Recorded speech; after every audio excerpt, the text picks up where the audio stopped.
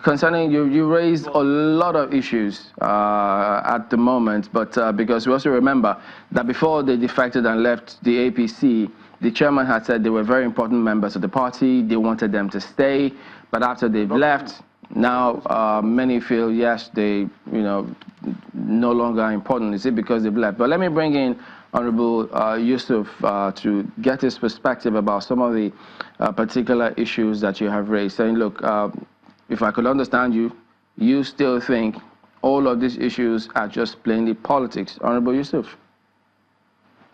I think it is the government at the center that is playing politics with the lives of Nigerians.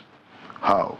I remember very well, I think you should check too, that the APC emphasized that they will make sure that when they get to power, the issue of restructuring of the country will be born an issue. And part of what the element of restructuring was to decentralize the police, have a central police, and still have state police. We claim to be a federation.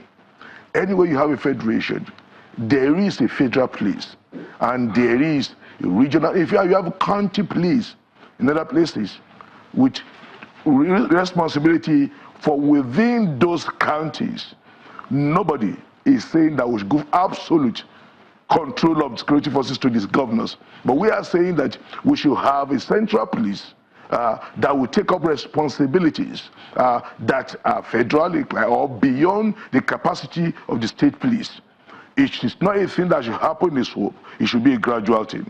But I find it very, very unfortunate with a party that rode to power, marketing this kind of a policy, jettisoning such policies, and now justifying it. Wasn't thought through before those statements were made. Honorable Yusuf, if I could just follow up on that. The governors. Pardon me. If I could follow up on that, don't worry, you'll make your point. But why does it appear such that when the PDP was in there, the opposition was raising these kind of issues about having a conference, decentralizing security or restructuring, and then when you always get to the center, this song seems to change. Your party had the opportunity to do all of this, even if they were to start gradually, but they didn't do that at the time. But now that you're in a position, you are part of the strongest voices saying this kind of scenario. Why is this always the case? If you listen to me, I said the APC used that during its campaign. PDP never marketed that. The only close thing PDP did to that was that the 2014 conference recommended some of those things. And the APC point blank said that they would not implement that, but they have their own agenda that will be implemented that will solve those problems. So if the PDP had continued after 2015 and failed to implement the report of the conference, will be all responsible. Yeah, but Yusuf, the point I was trying to make is, it comes across, my apologies, it comes across as though when Nigerians raise some of these issues, it looks as if the politicians, they look at them, no matter how valid or important those issues are, if it's not going to benefit the party or the politician, whichever the case may be, they keep it in the cooler. But when they feel it will gain them some political mileage, then they bring the matter use it.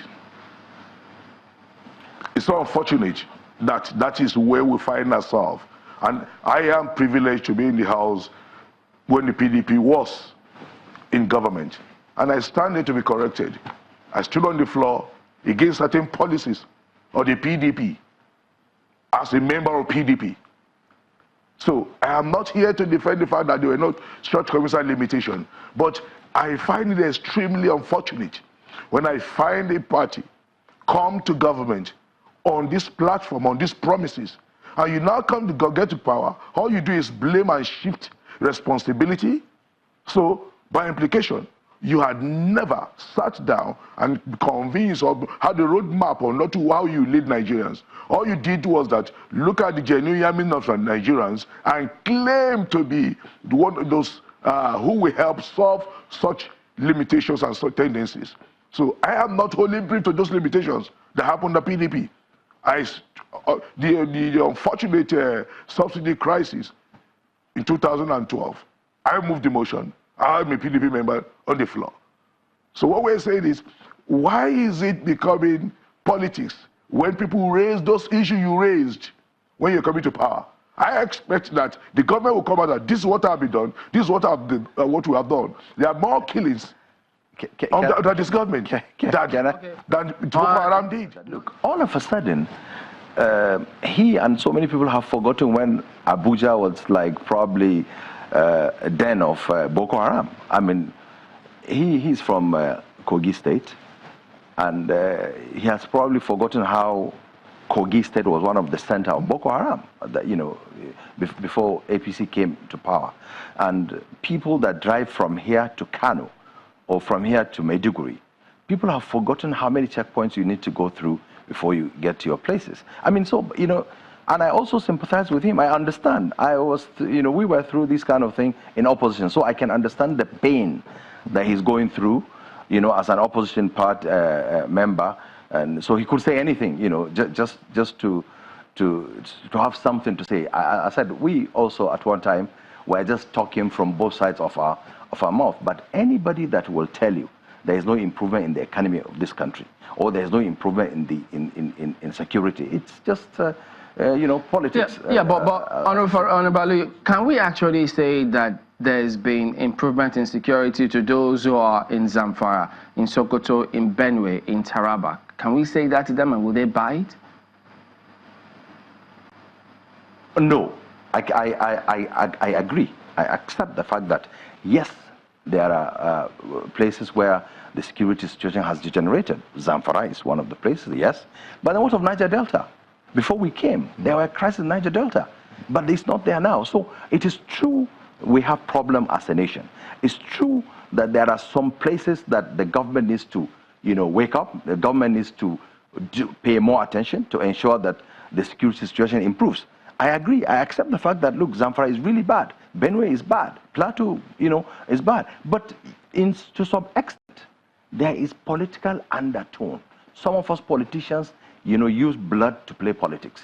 You know, it is true. We came, you know, as a government to tackle corruption, economy, and the security. The government has done well, and the government is doing its best.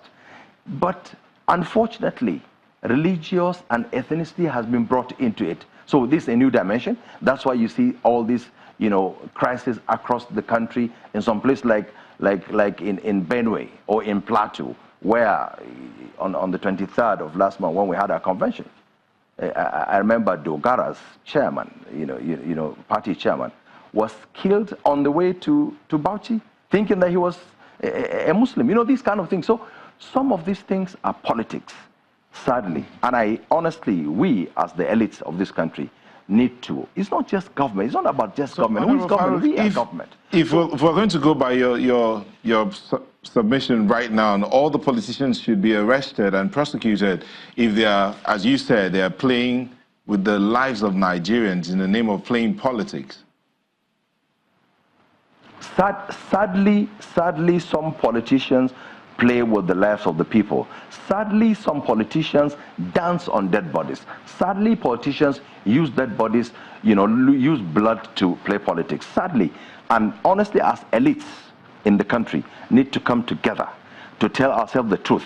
And then also the masses need to teach us a lesson. That, look, there are those who will be wondering what's the difference. That this government has not performed. That's the beauty of democracy. If we have not performed, we should be voted out. But some politicians dance on the lives of Nigerians. If I may come in here, Honorable Farouk, when you say some politicians dance on the lives of Nigerians, and then you say the elites need to come together, what's the difference between the politicians and the elites? There's no difference. There's no difference. But what I'm saying, so why should anybody listen? Why should anybody listen to them again? Come again? Why should Nigerians listen to you, the elites, if there's no difference between you, the elites, and the politicians that are dancing on the lives of Nigerians? Well, there are some of us that have conscience. Not all the politicians have no conscience.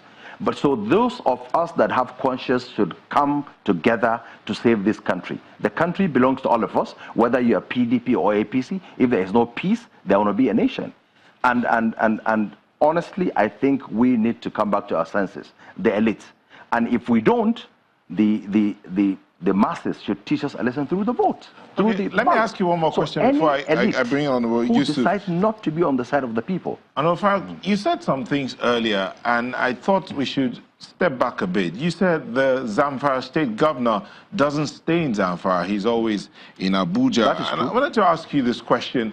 Has your party ever called him to, or queried him why he's always in Abuja instead of staying in Zamfara? He has been queried. He's been queried, that I can confirm but to he didn't stop. He has been so queried. What was the punishment? He has been queried. Was he punished by your party? Yeah, he has. He has been queried. In fact, I'm privy to the fact that not only him and some other governors were told that, look, there could be problem with you if you don't go back and stay in your state. And I think he started going back recently.